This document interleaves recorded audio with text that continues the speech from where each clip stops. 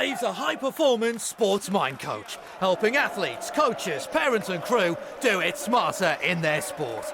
Any sport, any continent, if you want to learn what it takes to turn athletes into champions, then buckle up your boots, strap on your helmet and take a deep breath as we dive into another episode of Brain in the Game, as we unpack the mental strategies to perform smarter in and out of the arena. Slide, please. Hello and welcome back to Brain in the Game. Brain in the Game is a podcast that's been specifically designed for athletes, coaches and parents who are looking to do their sport just that little bit smarter. And I'm your host, Dave Diggle. In this episode 91, we're going to look at our modern day habits that are causing an ancient mindset and how that's having a real negative impact on our competitive athletes. And for those of you who are choosing to watch this podcast, welcome back to watching it on YouTube. You can also follow this on any one of the streaming podcast platforms. So those of us who grew up during the 70s can contest to the fact that the fashion in the 1970s was pretty awful. Yet we see it today when I walk through the streets. I see kids today wearing the fashion that we were wearing back in the 70s. Now, this is not a fashion podcast, but what it does show is humans tend to follow patterns and they repeat themselves. So we can learn from those. And if we're not learning from those, then we're destined to repeat them. And we should never repeat the 1970s fashion for any reason. Now, like I said, we tend to follow behavioral patterns and repeat things that have happened in the past, even when we look at it and go, don't want to do that again. As a competitive athlete, that can be really detrimental to your performance. So in this podcast, we're going to unpack why we're seeing a real ancient mindset permeating through a lot of our competitive athletes today. So let's go back to the caveman era. When we were cavemen and women, what we tended to do is if we were hungry, we'd go out and we would eat. We'd hunt, when we would gather, we would eat. Didn't matter if it was breakfast, whether it was lunch or it was tea time. If we're hungry, we would feed that urge. If we were tired, we would go and find a tree. We'd climb up that tree to get away from something that's going to eat us. And we would sleep. And again, it doesn't matter if it was a morning, it was the afternoon, or whatever time it was. And the same with our urges regarding pleasure. If we wanted pleasure, we would take it. So what all of those key areas of our behavior actually are instant gratification. So if we wanted something, if we needed something, we went and did that. We didn't think about consequences. And let's be honest, there was probably not a great deal of chance of a tomorrow back in those days. So we just lived for the moment. Our instant gratification mechanism is deep-seated into our limbic system. And our limbic system in our brain also delivers cortisol to us, our fight, flight or freeze mechanism. And it stimulates our dopamine releases as well. So that's where a lot of our anxieties come from. That big, hairy dopamine gorilla is really hard to control, particularly when it doesn't plan forwards. It's all about the now. It's about living in the moment. So back in those caveman and woman days, it just made sense. That survival mechanism of living in the moment and optimizing whatever was around us because we didn't know if there was going to be a tomorrow. That just made sense. That's how our brain was hardwired. Fast forward a few hundred years, we started trading our time for payment. And when we started trading time for payment, then we had to have delayed gratification. That delayed gratification meant that we had to do things, we had to work for a living. And as we worked and we completed that job, then we would get paid and then we could swap that payment for shelter, for food, for pleasure.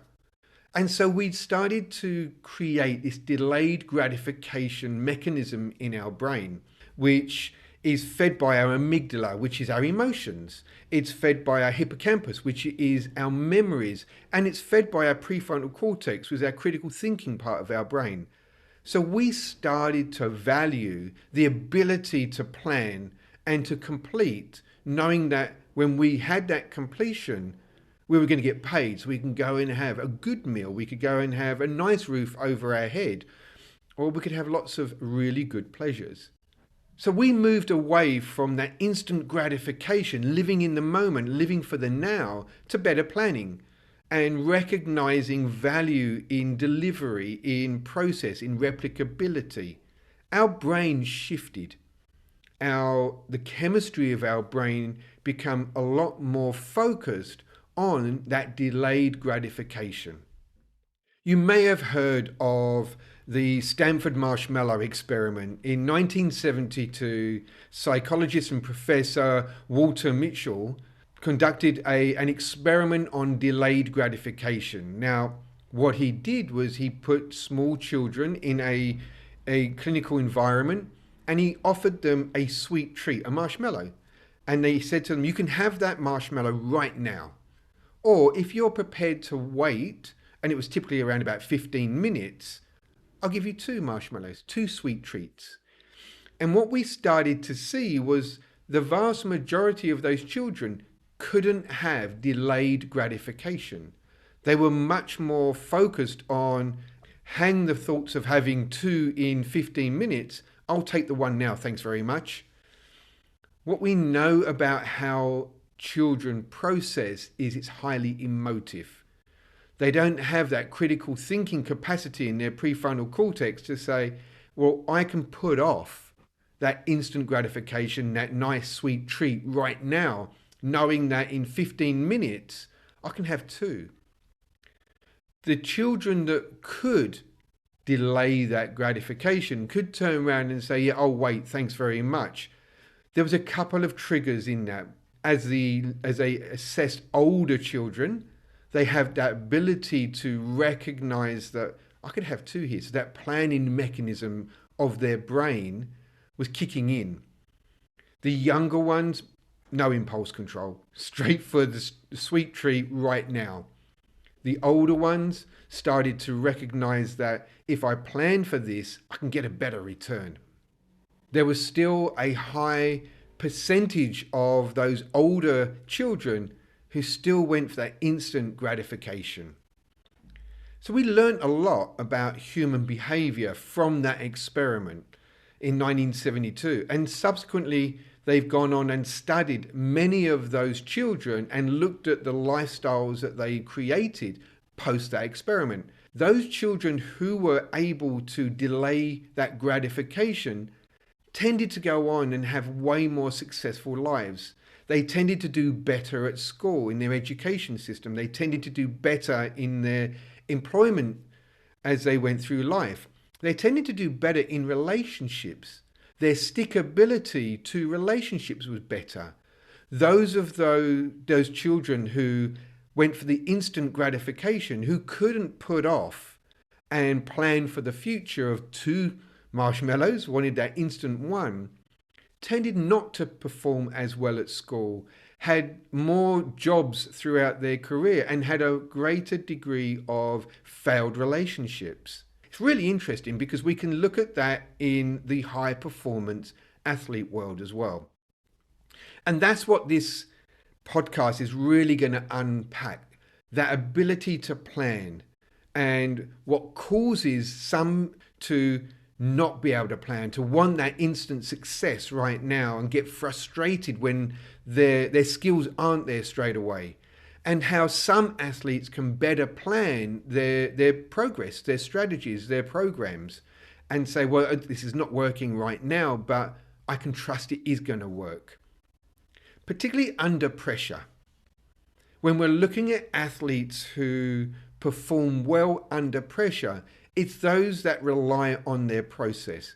We know this. We know that athletes who are more focused on process, who are more recognition into their preparation process, tend to trust they can perform and tend to perform better under pressure. Now, this is not a have or have not mindset.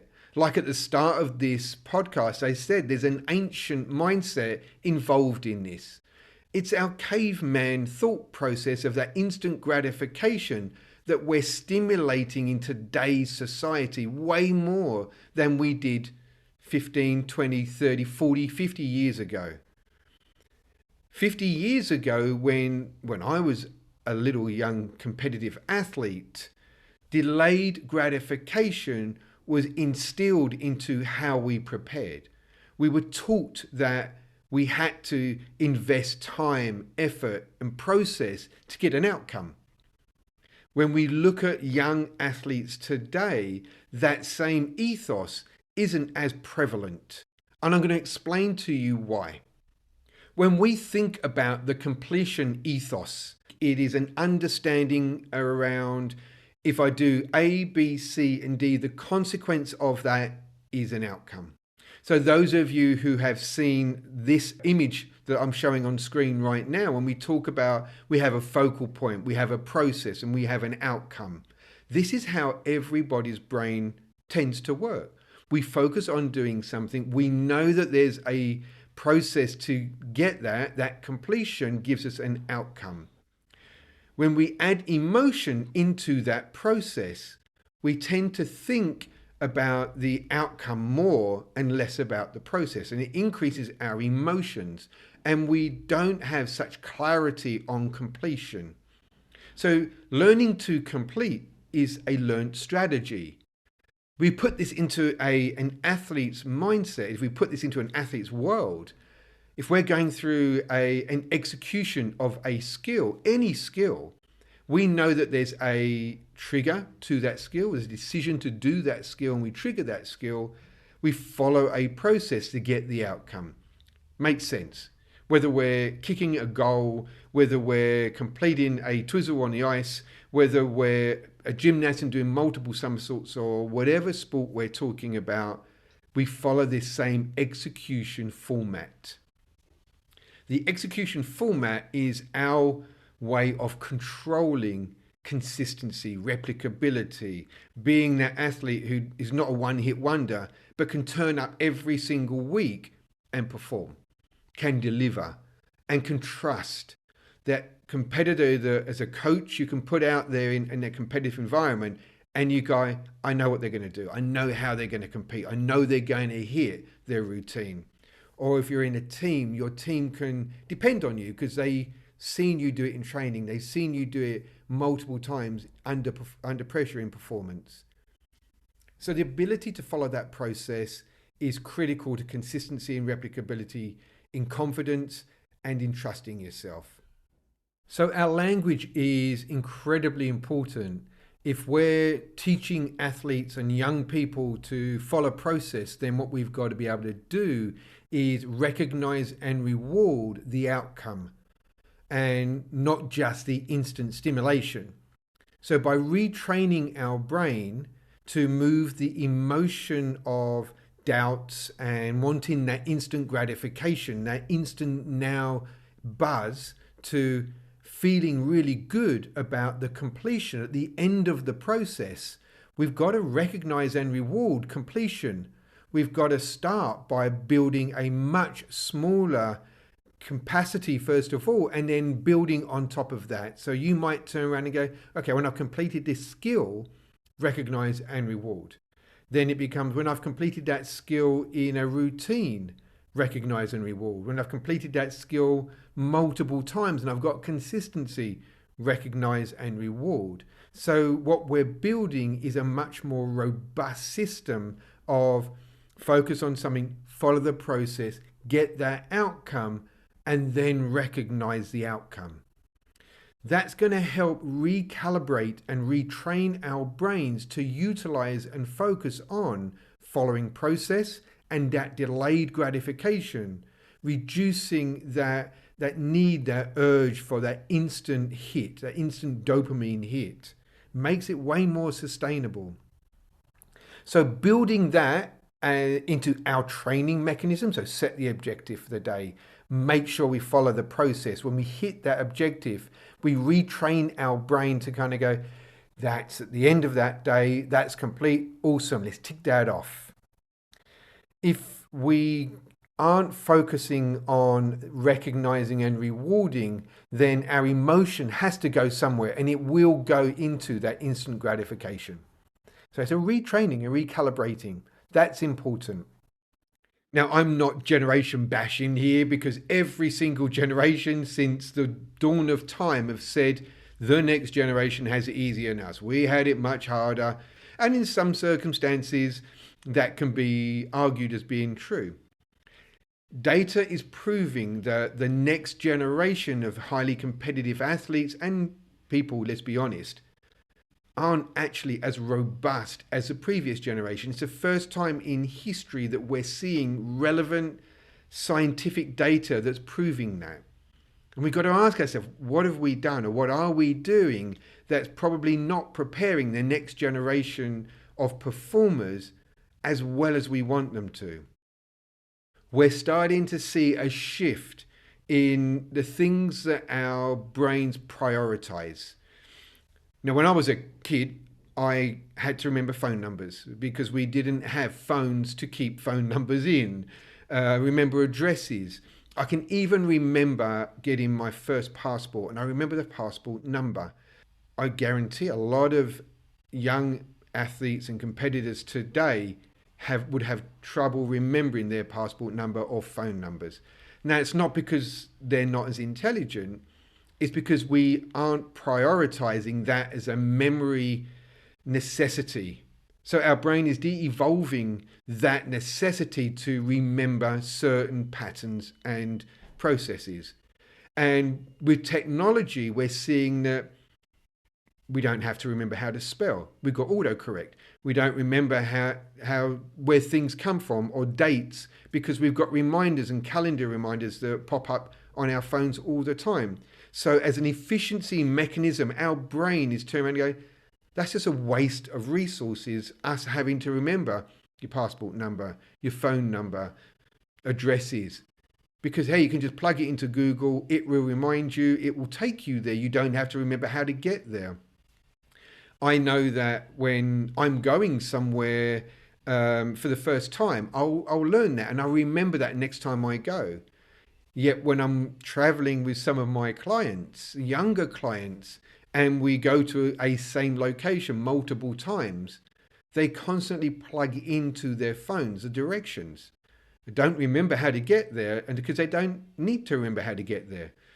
So that has an impact on our performance. It has an impact on our athletes' ability to remember and follow process. Another consequence to this highly accessible world that we live in today is the ability to build a how. And when I'm working with athletes who have had mental blocks, for argument's sake, and when we talked about skill acquisition, and I've said to them, right, you've got a mental block because your brain stepped in and taken a piece of the puzzle away. And if you want to learn more about mental blocks, by the way, we've got deep dives that go straight into teaching you why you've got a mental block and how to correct that. But in essence, what happens is your brain will step in and remove part of that blueprint, part of that how, to protect you. And when I'm working with today's young athletes and I say to them, okay, can you teach me how that skill works? They tend to struggle. Now, I remember as a young athlete back in the 70s and early 80s that I probably could articulate how a skill worked. Not because of any other reason that we were taught that how. We didn't have YouTube. We couldn't go and watch it. We had to learn it.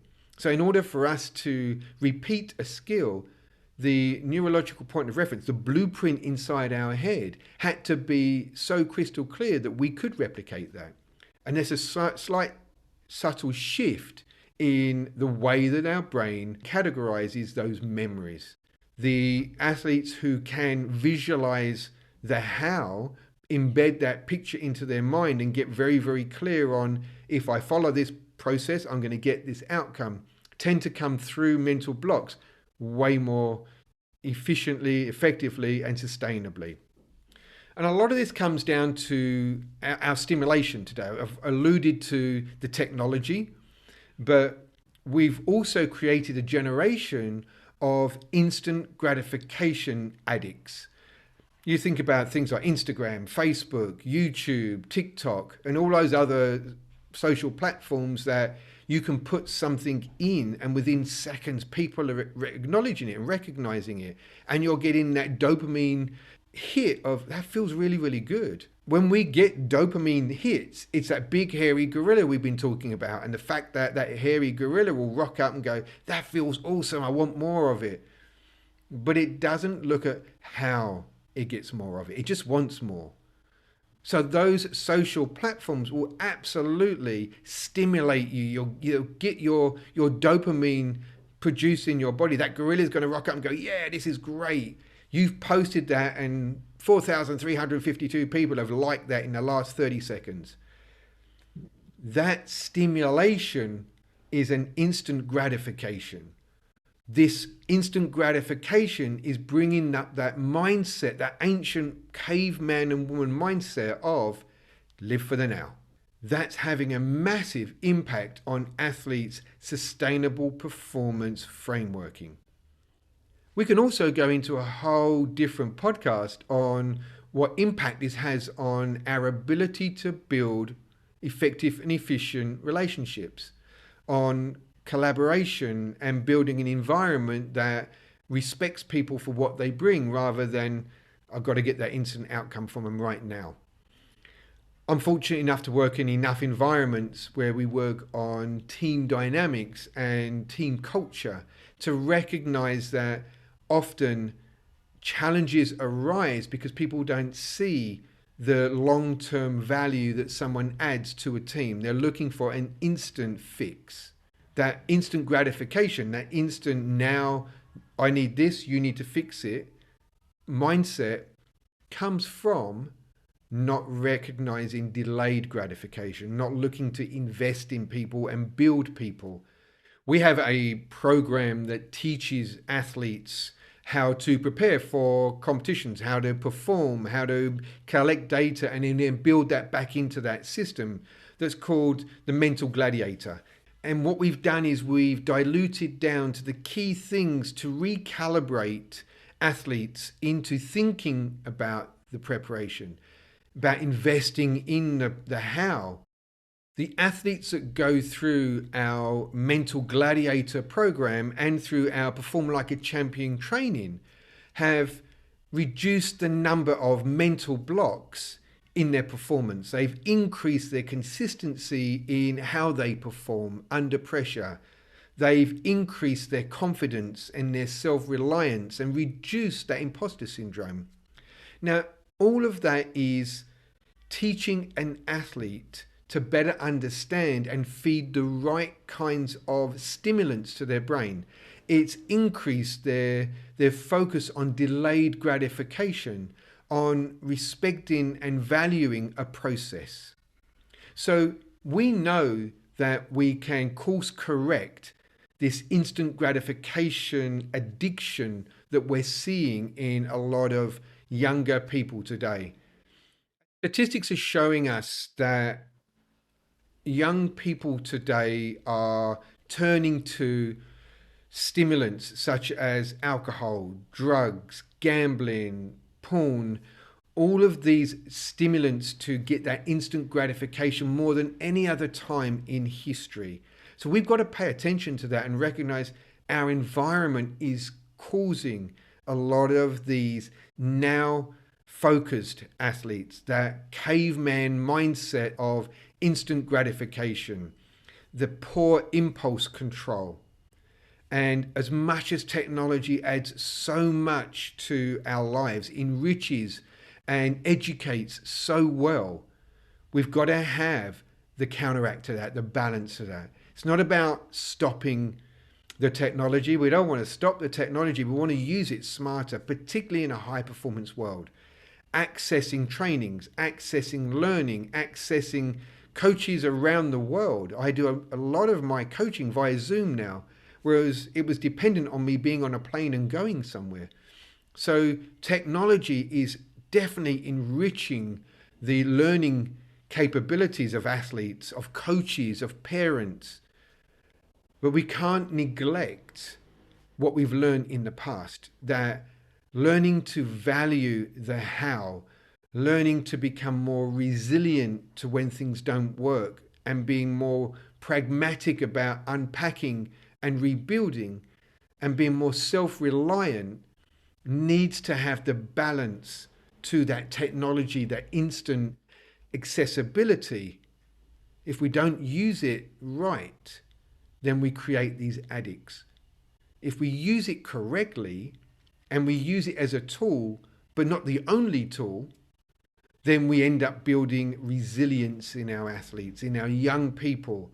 So the next generation beyond them are going to be able to manage their performance. They're going to know what to do to get that instant information and build long-term programs. Hope you got a lot from today's podcast. It's a really interesting evolution of human behavior. If we don't use it, our brain will step in and say, right, we're going to prioritize something else. So we lose the ability to do it. What I want to help athletes and coaches do is to be able to move forward and better understand that that delayed gratification process is vital for our mental stability, performance, and consistency. My name's Dave Diggle. I hope you got a lot from this podcast. I look forward to seeing you inside our next Brain in the Game. Until then, train smart and enjoy the ride.